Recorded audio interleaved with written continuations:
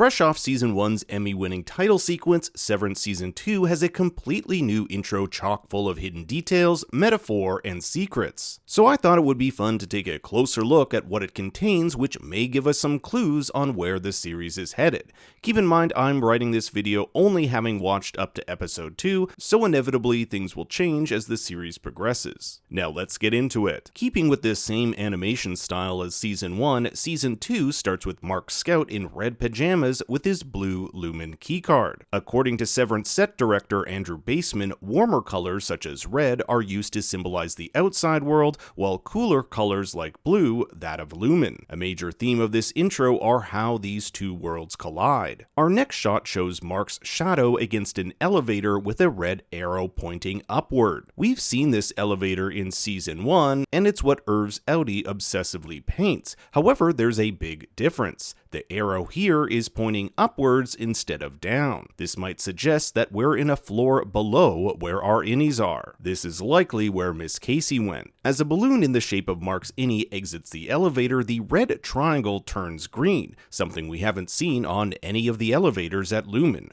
Green is another common color at Lumen, and we'll see it throughout this sequence, especially when it comes to depicting the human brain. I'm probably looking too deep into this, but the red to green triangle and the way it's pointing might suggest going from the test floor up to the Severance floor. Now these balloons are all over this intro, including episode 1. I tend to think they're a metaphor for our innies' minds floating away from them. Here we have Mark descending deeper into the unknown, illuminating his path with a flashlight to light the darkness. The camera lens is placed inside an actual brain. As we'll see later in the intro, a bunch of shots of a green brain. Now our brains aren't actually green, but green is a good choice as it connects to the severed floor, and the color itself is commonly associated with sickness. With Mark venturing further down, we'll see a fleeting image of two women running away from him. Kinda like what happens to me when I'm at the bar. This is Helly and Miss Casey. Our Mark in red shines a light on Innie Mark, yet another example of our innies and outies uncovering more about each other. They're on top of a sleeping Mark, and a gaggle of faceless babies in suits. I think these babies represent the minds of our innies when they first arrive on the severed floor. Think back to Helly in episode 1. Her severed innie has no memories whatsoever. She is essentially a blank slate. In that way, her mind is like that of a child, but in an adult body, hence the suits. I've also heard some theories involving cloning, so I can't entirely rule that out. Here we have a severance chip containing Mark being removed from Mark's brain by Innie Mark. Now if you pause it here, we have what looks to be red and blue wires attached to his head. Innie Mark falls into a blue cup with Irv's face on it. It kinda reminds me of a perk item you'd get. But look what emerges from the cup instead of water.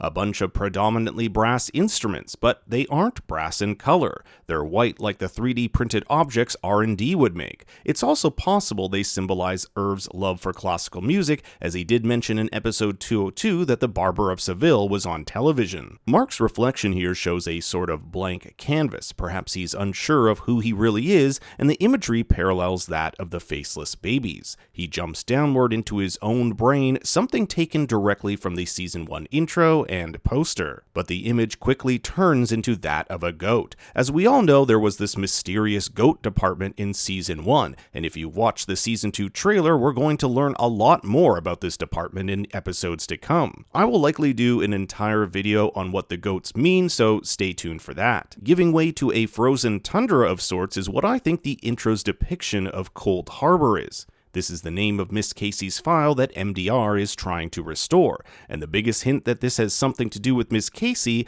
is this partially submerged car. We know that Miss Casey, or Gemma Scout as her Audi is called, died in a car accident. Maybe this is that car accident. We follow more of these Mark balloons upward to this faceless version of him, which collides with him up top, awakening him to consciousness. So it's possible we're witnessing Mark navigating a lot of his inner trauma and how it's layered within his mind. There are these really gross bottles filled with this mystery liquid. Maybe it's baby food or breast milk. I don't know, I've never had breast milk before. At least not as an adult. More concerning are the multicolored pills. I searched for a black and blue pill and came up with something called cefadroxil, which is used to fight bacterial infections, but I'm not a doctor. There are also these two objects I couldn't make out, but if you think you you know what they are, please leave a comment. Mark escorts a stumbling Mark behind this curtain with the elevator emblazoned on it, but notice this time the red marker points down. He hands off red Mark to yet another Mark with the elevator on this side showing a green arrow pointing upward. The landscape quickly changes to this green field filled with balloon heads of Helly and Miss Casey with headless versions of Mark's innie and outie. This is all on top of a red covered book, which may be a nod to Rickon's The UUR. Looming over this scene is a faceless Miss Cobell. We know she's always been keeping an eye on Mark even if it's from her next door window,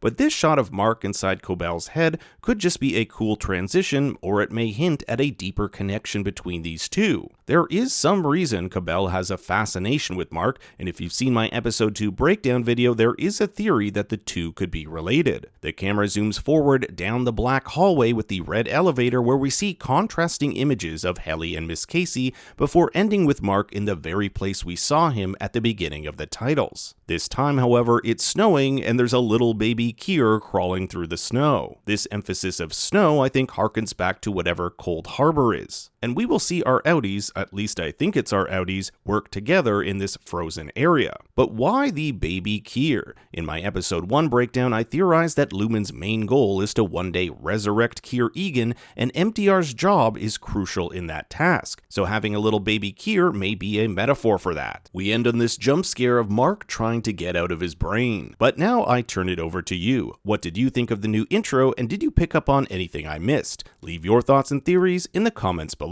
Thanks for watching, be sure to like and subscribe, and for more bad takes you can follow me on Twitter and Instagram at ThinkStoryYT. Until next time, remember, I love you.